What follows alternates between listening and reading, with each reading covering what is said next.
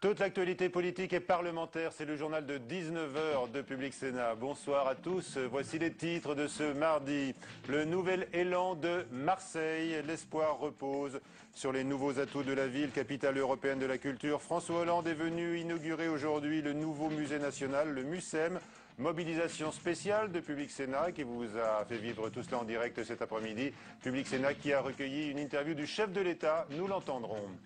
La décentralisation, défendue à Marseille d'ailleurs par le chef de l'État, ou la réforme dépecée au Sénat qui donne tout de même son feu vert aujourd'hui à la métropole de Lyon, rare sujet de consensus. La ministre déléguée à la décentralisation, Anne-Marie Escoffier, est notre invitée ce soir. Le FLNC profite de la visite de Manuel Valls en Corse pour se dire prêt aujourd'hui à reprendre les armes. François Hollande avait commencé sa visite à Marseille aujourd'hui en inaugurant le plus grand porte-conteneurs battant pavillon français, le Jules Verne, nouveau fleuron de la marine marchande. Le chef de l'État donc ensuite a coupé le ruban du nouveau musée national décentralisé à Marseille, le MUSEM. Compte rendu de cette journée sous le soleil à Marseille, Sandra Cerquera. Tout sourire, François Hollande de retour sur le terrain.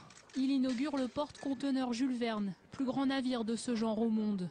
Son équipe avait prévenu, le thème de ce déplacement est avant tout économique. Et le président prend des accents lyriques pour évoquer l'économie mondiale en pleine crise. Il en est des bateaux comme il en est des pays. À un moment, nous devons aussi affronter les vents, être sur toutes les mers et être capable de gagner la course la plus aventureuse. Pas de détour prévu par les quartiers nord, pas de rencontre avec les familles. Ce serait un déplacement à part entière, précise-t-on à l'Élysée. Alors salariés d'usines en difficulté et cégétistes se sont invités pour demander un changement de cap au gouvernement. À son arrivée au port de Marseille, un comité d'accueil en colère attendait François Hollande. Le président ne s'attarde pas. Il doit inaugurer le nouveau musée marseillais, le MUSEM. Ma présence ici n'est pas simplement une présence liée à un événement, à un équipement. C'est le signe que l'État sera toujours derrière cette grande ville, derrière cette grande métropole qui est Marseille. Difficile en voyant les invités de ne pas penser au municipal de 2014. La venue de François Hollande était attendue par les candidats à la primaire socialiste. Marie-Arlette Carlotti en tête. Le PS continue de miser sur l'usure du système Gaudin et croit possible de conquérir la ville malgré un contexte national très mauvais. Et alors que le chef de l'État disait ce matin dans la Provence qu'il fallait des candidats socialistes irréprochables à Marseille, François Hollande donc qui s'est exprimé devant les caméras de Public Sénat qui vous a proposé une édition spéciale cet après-midi. Le chef de l'État interrogé par Michael Zamès.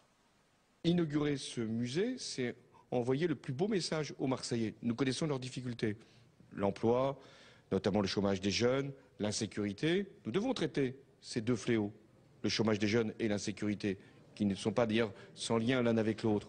Mais en même temps, nous devons montrer ce qui, pour Marseille, est une source d'espoir. Vous avez parlé des emplois d'avenir, c'est une source aussi d'emploi pour la ville, alors que c'est un petit peu de mal peut-être à bouger, en tout cas pour cette ville. Oui, c'est pour ça que j'ai lancé un appel aux élus. Ils ne peuvent pas dire qu'il n'y a pas suffisamment de réponses en termes d'emploi pour les jeunes qui sont aujourd'hui désœuvrés et ne pas s'engager comme l'État le fait. Et donc je leur dis, l'État met 75% pour les emplois d'avenir. Il reste 25% pour que des associations puissent recruter des jeunes pour faire des travaux utiles avec 100% de la rémunération couverte. Qu'ils le fassent. Et j'ai même dit que je voulais à Marseille, exceptionnellement à Marseille, qu'on puisse étendre les emplois d'avenir, y compris au secteur privé. Et enfin, qu'il y aurait l'extension des zones franches à des territoires qui ne sont pas couverts par la zone franche. Qu'est-ce que l'État peut faire davantage? Mais ce que les élus doivent faire et doivent comprendre, c'est qu'ils ne peuvent pas être simplement dans le regard sur la solidarité nationale sans apporter la leur. Vous en appelez aussi aux élus pour Marseille Métropole, des élus socialistes qui n'ont pas l'air convaincus. Ils ont tort. Je ne parle pas simplement des élus socialistes ou des élus de droite. Je pense qu'il y a un moment où Marseille ne peut pas rester dans ses frontières, où les 6 communautés d'agglomération sur ce territoire ne peuvent pas avoir 6 politiques différentes. Donc nous voulons de la simplification, nous voulons de la modernisation, nous voulons de la cohésion. Démontrons que nous pouvons le faire pour Marseille. Alors, il ne s'agit pas de faire absorber par Marseille toutes les communes périphériques. Il s'agit de créer un instrument, la métropole, qui aura des compétences sur le transport, sur l'économie, sur les grands équipements, tout en laissant les communes et les communautés qui existent aujourd'hui en pleine liberté de mener d'autres politiques. Voilà donc une page spéciale Marseille. À la fin de cette édition, nous retrouverons Pierre-Henri Gergonne avec ses invités, notamment la socialiste Samia Ghali, sénatrice des quartiers nord de la ville. On entendra également Jean-Claude Gaudin qui a commis un lapsus savoureux aujourd'hui. Il a donné du Monsieur le Premier ministre à François Hollande avant de se reprendre. Il s'est excusé en expliquant qu'il avait une faiblesse pour Jean-Marc Ayrault. Pendant ce temps-là, en Méditerranée, Manuel Valls poursuit sa visite en Corse. Le FLNC se dit prêt à reprendre les armes dans un communiqué particulièrement virulent. Julie Hulin.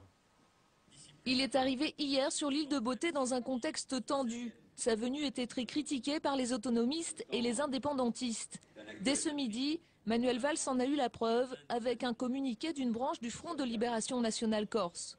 Soit l'État français prend la mesure de l'effet désastreux de sa gestion de la Corse, soit il poursuit son rôle actif dans la destruction de notre peuple. Soit le FLNC se dit prêt à reprendre les armes. Face à ces menaces, le ministre de l'Intérieur reste ferme, refusant toute forme de négociation. Une prise de position partagée par tous. C'est tout à fait scandaleux, constamment, sous un paravent d'autonomie ou de nationalisme, en fait, de déséquilibrer totalement la vie de ce territoire. Ça, il y avait un ancien Premier ministre qui avait dit s'ils demandent leur indépendance, qu'on leur donne. Ça peut finir par lasser effectivement un certain nombre de ceux qui sont attachés à cette île de voir que malgré les efforts considérables accomplis par notre nation pour la Corse, eh bien, certains ne comprennent pas et veulent revendiquer des choses qui sont impossibles. Hier, Manuel Valls a rejeté l'officialisation de la langue corse aux côtés du français. Son déplacement sur l'île s'achèvera avec la signature de la 3e tranche de 537 millions d'euros d'un plan exceptionnel d'investissement. Manuel Valls, dont les déclarations fortes ne concernent pas que la Corse, aux mains des mafias, son ambition affichée, son affirmation qu'il était prêt éventuellement à de nouvelles responsabilités, lui ont valu une réponse sèche de François Hollande dans une interview à la Provence ce matin, tout en reconnaissant les qualités de son ministre de l'Intérieur. Le chef de l'État rappelle que c'est lui qui nomme le Premier ministre. À noter en matière de sécurité que 8 ultras du PSG ont été interpellés aujourd'hui à Paris. Ils sont soupçonnés d'avoir participé aux violences au Trocadéro le 13 mai dernier. Une réforme qui se rapetisse, celle de la moralisation de la vie politique. Les parlementaires ne se verront pas imposer la transparence qui a été imposée au ministre Mathilde Bélanger. C'était début avril, dans le sillage de l'affaire Cahuzac, François Hollande promettait la transparence sur les patrimoines des ministres et des parlementaires. Finalement, la montagne devrait accoucher d'une souris. Les élus devront bien remplir une déclaration de patrimoine qui sera consultable en préfecture, mais elle ne pourra pas être diffusée. Une reculade pour l'opposition et pour les écologistes qui étaient très favorables au texte. Il y a une urgence, le président de la République annonce rapidement des mesures fortes. 2 semaines plus tard, c'est déjà détricoté et au bout de 6 semaines, il n'en reste plus rien. Donc on voit un petit peu comment les socialistes gouvernent ce pays. C'est, je le dis, lamentable et je suis consterné. Mais pour la plupart des parlementaires, le compromis est une victoire.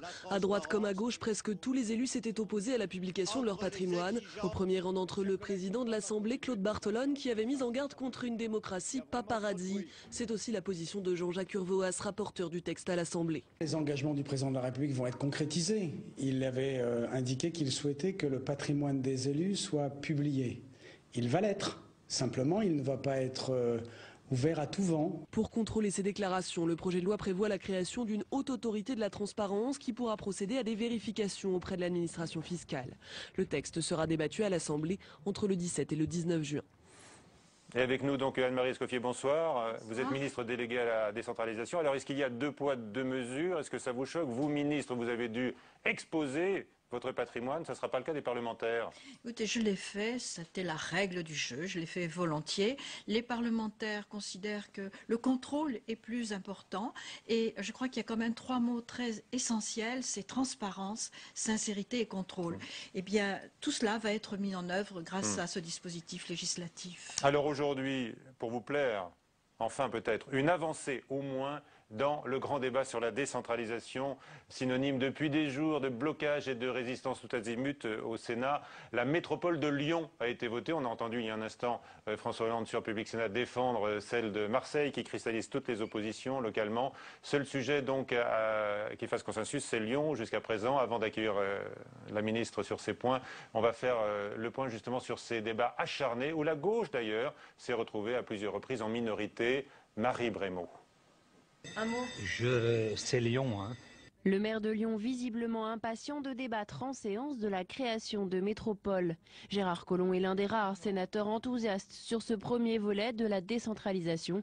Lyon, cité en exemple, première métropole française à compétences étendues. L'alliance avec le centriste Michel Mercier a permis le consensus autour du projet. Je crois que c'est une bonne réforme. Créer cette métropole qui est la seule vraie, puisque c'est une collectivité territoriale nouvelle, le département s'en va, est absorbé par la métropole sur son territoire, c'est un vrai changement. Ça montre que les collectivités locales peuvent bouger. Mais il apparaît bien difficile de mener à bien la réforme administrative des territoires. Hier, les sénateurs ont poursuivi le dépeçage du texte gouvernemental. La ministre voyait déjà Paris et sa grande couronne métropole. C'est raté. La Haute Assemblée a rejeté l'article. Marie-Lise Lebranchu, découragée. Madame la ministre, l'avis du gouvernement. Monsieur le Président, moi je serais naturellement défavorable. J'ai comme une impression de solitude. C'est une fusion des communes déguisées. Les maires n'ont plus de pouvoir. Tout va à la métropole. Tout. On nous a laissé quand même l'état civil, ce qui est pas mal. Les élus des Bouches-du-Rhône comptent bien tordre le cou au projet de la métropole Aix-Marseille-Provence. Cela devrait être le prochain coup de canif porté à un projet de loi qui un peu plus chaque jour se réduit comme peau de chagrin.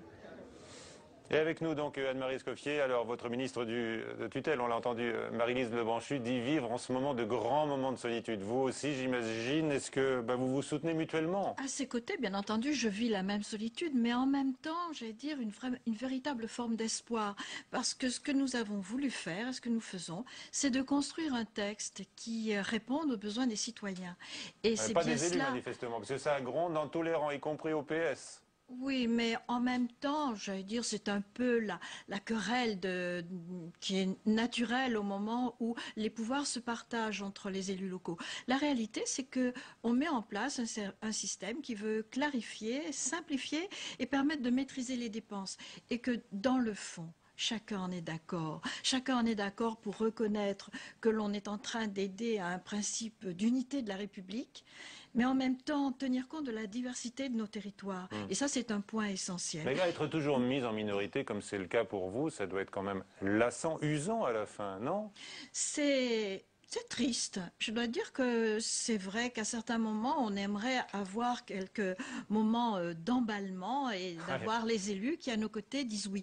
Parce que j'ai vu que même l'idée, par exemple, de laisser les collectivités locales se mettre d'accord entre elles sur le fameux partage de compétences que vous évoquez, mais même cette idée-là n'est pas passée. Par exemple, votre pacte de gouvernance territoriale a été retoqué. Rien n'est possible, alors. Non, le pacte a été retoqué simplement parce que les élus ont pensé que dans un monde qui se veut responsable, d'élus responsables et libres, on peut leur faire confiance. Cette confiance, nous le faisions avec eux. Simplement, nous pensions qu'un document écrit serait une bonne chose qui serait ensuite lisible par le citoyen. Mais on va rester dans un dispositif tout à fait convenable. Bon, il n'y a qu'un seul dispositif qui a été retenu, qui a été voté aujourd'hui même, d'ailleurs au Sénat, c'est donc la métropole à Lyon. Mais là, parce qu'il y a eu une entente au préalable entre le socialiste Gérard Collomb, votre ami, et le centriste Michel Mercier. Donc ça, c'est un préalable indispensable, manifestement. Il faut que sur le terrain, les élus s'entendent d'abord, avant même la loi. Je crois que là, c'est un travail qui remonte à plus de 4 ans. Oui. C'est depuis 2008 et même avant que, en même temps, le maire de Lyon, effectivement, et le président du Conseil général ont travaillé et ils ont démontré de façon éclatante que voilà 2 types de collectivités qui pouvaient travailler ensemble en bonne intelligence, encore une fois, pour apporter le meilleur résultat. Et ça, c'est impossible à Paris, c'est impossible à Aix-Marseille. Ça prend un petit peu de temps, ça n'est pas du tout impossible. Simplement, il faut à un certain moment peut-être un peu brusquer les choses et c'est ce que le gouvernement a voulu faire. Et vous pensez par exemple, vous l'avez entendu tout à l'heure, François Hollande, c'est une façon de brusquer les élus. Je rappelle que la quasi-totalité des maires concernés dans l'agglomération et les Bouches-du-Rhône sont contre. Oui, mais en même temps, ils sont peut-être contre, mais dans la réalité, aujourd'hui, il faut bien que nous arrivions sur Marseille à donner un véritable mouvement, une unité à cette métropole pour qu'elle puisse travailler, j'allais dire, en harmonie entre les 6 intercommunalité, qu'a cité d'ailleurs le président de la République, et dans un contexte économique, social important, quand même, Marseille est une capitale internationale, et aujourd'hui, on ne peut pas avoir des petits morceaux d'intercommunalité qui ne donneraient pas une véritable cohérence aux projets qui sont portés. Bon, vous nous dites ce soir que la France n'est pas condamnée à rester cet empilement d'échelons administratifs qui coûte cher, et évidemment, avec des compétences enchevêtrées. Oui, je suis persuadée que nous sommes vers un système qui veut être simple et nous pouvons y arriver. On fait confiance aux élus pour y parvenir. Et en même temps, tout le sens de notre dispositif va dans ce sens-là. Alors, j'ai vu une déclaration récente de votre ami, M. Baillet, le président des Radicaux de Gauche, qui a dit que vous étiez une excellente ministre. Madame Escoffier. Écoutez, j'ai beaucoup d'amitié pour Jean-Michel Baillet. Je le remercie des compliments qu'il me fait. Je suis surtout une ministre, peut-être, qui connaît bien le terrain, qui travaille sur son terrain, dans son département, et qui, je crois, essaye de faire passer dans les textes simplement quelque chose de concret et pragmatique. Très bien. L'autre ministre radicale de gauche, c'est Madame Pinel, qui a manifestement des difficultés, elle, avec le statut de l'auto-entrepreneur, qu'elle veut réformer. On a compris que c'était même contre Jean-Marc Ayrault. Il y a eu une espèce de couac au sein du gouvernement le week-end dernier. Quelle est votre position? Alors, je crois qu'effectivement, les auto-entrepreneurs, on a vu quelques difficultés, notamment dans le métier du bâtiment et des travaux publics. C'est évident. Mais avec une concurrence déloyale, avec disent les une artisans. concurrence déloyale, avec un problème d'assurance, d'habilitation. J'allais dire, effectivement, un discours qui n'est pas aussi cohérent, et les artisans le font bien valoir. Mais la réalité, c'est qu'il y a des auto-entrepreneurs dans bien d'autres métiers, dans bien d'autres formations, et ça a créé de l'emploi. Et aujourd'hui, c'est un système qui apporte aussi de la fiscalité à notre pays. Donc, je crois que tout le monde y est gagnant. Bon. Il y a à la fois des gens qui ont du travail, de l'activité, et notre État qui en tire le bénéfice. Bon, reste à trouver l'équilibre donc de cette réforme qui est annoncée. Madame Escoffier, merci d'avoir été avec nous ce soir. Dans l'actualité également, les centristes de l'UDI ont voté finalement aujourd'hui avec l'UMP contre la réforme du Conseil supérieur de la magistrature, et l'ensemble des parlementaires de cette tendance centriste ont suivi l'avis des sénateurs. Le projet de loi constitutionnelle perd donc toutes ses chances d'être adopté par le Congrès du Parlement, alors que le président du Sénat, Jean-Pierre Bel, appelle ce soir à l'accord le plus large possible, malgré ce refus des centristes donc au Sénat, où le texte arrivera en débat. Ce sera au mois de juillet. La contestation anti-Erdogan se durcit en Turquie aujourd'hui encore, après les nouvelles violences hier soir avec un manifestant qui a été tué par balle dans le sud du pays. Un syndicat a appelé à une grève de 48 heures contre l'État-terreur. Paul Bouffard. Il présente ses excuses. Après une nouvelle journée de mobilisation, le vice-premier ministre turc tente d'éteindre l'incendie. 5 jours de troubles qui aujourd'hui prennent une nouvelle direction. Les avocats d'Istanbul et la plus grande centrale syndicale du pays ont rejoint le mouvement. De quoi presser le gouvernement qui veut tendre la main. Il est bon de faire des excuses quand cela est nécessaire. Et que ce soit le Premier ministre qui les dise ne change rien. Une déclaration qui accentue les dissensions au sein même du gouvernement. La rue accuse le Premier ministre Erdogan de dérive autoritaire et de vouloir une Turquie islamisée. Dans la nuit, un deuxième manifestant est mort dans le sud du pays. Au 5e jour de la contestation, les spécialistes sont pourtant unanimes. Ils n'y voient pas un printemps turc. C'est une contestation populaire, donc ça ressemble plus aux indignados qu'aux masses arabes à Tunis ou au Caire. C'est un peu mai 68. Et ça suffit, quoi. Les gens, oui, très bien, mais bon... On veut aussi des libertés. Aujourd'hui, ce sont les Nations Unies qui pressent Ankara. Une enquête rapide et indépendante sur le comportement de la police doit être ouverte. La France a la certitude que du gaz sarin a été utilisé en Syrie et à plusieurs reprises, annonce ce soir dans un communiqué du ministre des Affaires étrangères, Laurent Fabius. On sait que des échantillons rapportés par les journalistes du Monde qui ont publié récemment une enquête titrée « Guerre chimique en Syrie », ces échantillons ont été analysés par un service officiel de la France. Retour donc à Marseille maintenant, où Public Sénat donc a installé ses caméras. Aujourd'hui, double inauguration pour le chef de l'État, nous l'avons dit, le plus gros porte-conteneur français, le Jules Verne, et puis ensuite le MUSEM, le nouveau musée des civilisations et des cultures méditerranéennes, musée national décentralisé donc à Marseille. Nous pénétrons dans ce magnifique cube de béton noir à l'entrée du Vieux-Port avec Pierre Bonde-Joseph. Le voici, tous l'attendaient avec impatience. Vaisseau amiral de Marseille-Provence 2013, le MUSEM accueillera derrière ses murs de résille de béton les collections parisiennes de Feu, le musée des arts et traditions populaires. La Méditerranée comme source d'inspiration. Il parle à l'horizon métaphysique de la Méditerranée, il parle au ciel, il parle à la terre, il parle à la mer. Et Sérésie, par exemple, c'est comme si on avait découpé, scanné un bout du fond marin, on a relevé pour le mettre sur la façade. Derrière la poésie, la technique, 6000 pages de calculs antisismiques, un béton emprunté à l'industrie nucléaire et pas moins de 13 brevets déposés. Pour son architecte et ingénieur, derrière la prouesse, c'est surtout le symbole du renouveau de Marseille. Il faut cesser de martyriser cette ville. Il faut cesser de la martyriser. C'est important. Lorsqu'il y a eu la journée d'inauguration, la soirée d'inauguration pour Capitale de la Culture, il y avait 450 000 personnes dans la rue. Il n'y a pas eu un seul acte de violence. Vue des quartiers nord, la capitale de la culture paraît bien loin.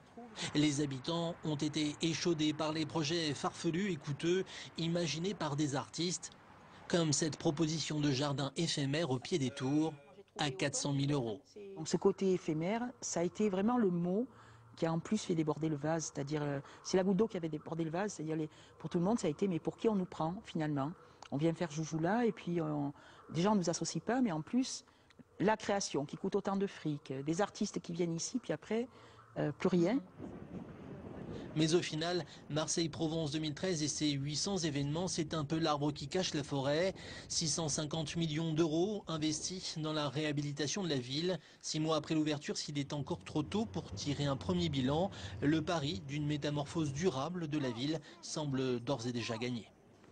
Voilà, donc on le voit, le titre et puis les réalisations de la capitale européenne de la culture ne cachent pas toutes les difficultés de Marseille. Pierre-Henri Gergonne, on vous retrouve sur place pour cette page spéciale consacrée à Marseille aujourd'hui. Oui, Michel, Marseille qui a vécu une journée, une après-midi tout à fait extraordinaire. On l'a vu dans ce reportage avec l'inauguration de ce fameux MUSEM, le musée des civilisations européennes et de la Méditerranée. Un musée désormais ouvert au public, un musée national. À côté de moi, Samia Ghali, merci beaucoup d'être avec nous, sénatrice maire de certains arrondissements de la capitale phocéenne ici à Marseille. Samia Ghali, est-ce que ce MUSEM, ce magnifique musée, car il est magnifique, est une bonne chose pour Marseille, est une bonne chose pour les habitants de vos quartiers? Bonjour d'abord, et bien sûr que le MUSEM est une bonne chose d'abord pour Marseille et c'est une bonne chose pour les Marseillaises et les Marseillais. C'est un lieu qui appartient aux Marseillais, les Marseillais doivent se l'approprier.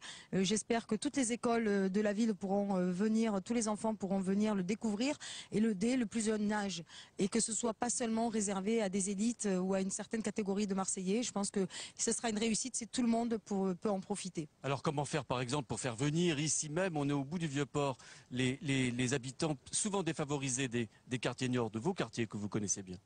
Écoutez, moi j'ai pas attendu le MUSEM pour faire déplacer des centres aérés en tant que maire de secteur dans les musées marseillais. On fera la même chose, on fera déplacer tous nos enfants pour que tous les Marseillais, les petits Marseillais viennent découvrir ce magnifique musée parce que c'est au-delà de ce qu'il y a à l'intérieur, il est déjà de l'extérieur et de l'intérieur magnifique. Vous sentez que tous les Marseillais ont vraiment envie de venir ici, oui? Écoutez, il faut que tous les Marseillais aient envie de venir ici. C'est ça la réussite. Il est clair que pour eux, c'est très loin, ce sera loin. On est dans un endroit privilégié à Marseille. Il faut savoir qu'il y a plein d'endroits de souffrance à Marseille et que les Marseillais aujourd'hui sont loin. C'est ce qu'a dit d'ailleurs le gouvernement, le président de la République tout à l'heure. Il y a encore des souffrances, il ne faut pas les oublier. Je dis toujours, faisons attention aux cartes postales, aux clichés, positifs ou négatifs d'ailleurs. Il faut être toujours dans la mesure et dans ce qui est la réalité des choses, jamais dans le déni. Alors certes, c'est magnifique, il fait beau, il fait très beau, il y a la mer, le soleil, Notre-Dame de la Garde qui veille sur nous, mais il y a aussi les problématiques, la question de l'emploi, de l'économie, le président de la République en a parlé, et pour moi, ça, je ne l'occulte pas et je ne l'oublie pas. Quelle est aujourd'hui la priorité? Le président de la République en a parlé, la sécurité ou la culture?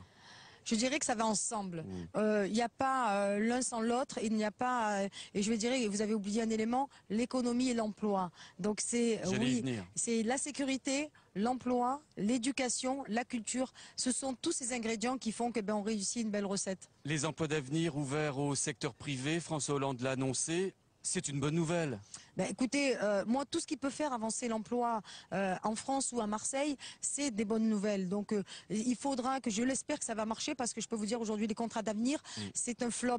C'est un vrai flop. Aujourd'hui, les jeunes dans nos quartiers, dans Marseille, la jeunesse marseillaise n'en profite pas. C'est quasiment inexistant. C'est vraiment pin-ups, comme on dit à Marseille. Alors, j'espère que oui, ces contrats d'avenir ouverts au public pourront, au secteur privé, à l'inverse, pourront tout simplement faire bénéficier à plusieurs jeunes Marseillais. Alors, autre sujet abordé par le président de la République cet après-midi, la métropole, cette fameuse métropole marseillaise.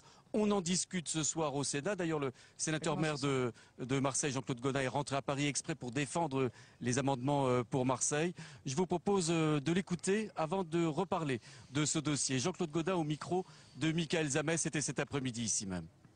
Marseille doit se positionner dans les années à venir dans le top 20 des grandes cités européennes et qu'il nous faut un hinterland plus grand. Marseille ne veut rien prendre aux communes d'à côté, mais pense qu'au contraire, ensemble et unis, nous pourrions profiter davantage. Mais il faut que l'État nous aide davantage. Vous savez, j'ai créé la communauté urbaine en l'an 2000. Il n'y a que 18 communes à l'intérieur de la communauté urbaine, mais tout le monde s'entend bien et tout le monde respecte le plan local d'urbanisme, le PLH et tout ça. Eh bien, là, cette fois-ci, le gouvernement peut-être est allé trop vite, trop loin et trop fort. Je leur ai dit. Néanmoins, je pense que connaissant les lenteurs administratives de la France, aujourd'hui nous n'avons pas de temps à perdre. Alors ne confondons pas vitesse et précipitation, mais néanmoins je pense que la métropole est utile. En tout cas, moi je défends la métropole et je vais retourner cette nuit au Sénat puisque les amendements de Marseille, les moins, arriveront cette nuit.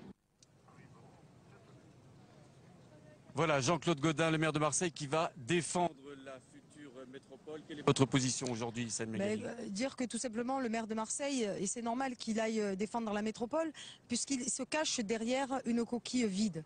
Moi je dis qu'aujourd'hui la métropole, tant qu'on n'a pas les moyens de l'État, tant que l'État n'apporte pas l'aide qu'il doit apporter à Marseille pour rattraper ce retard qui a été créé, M.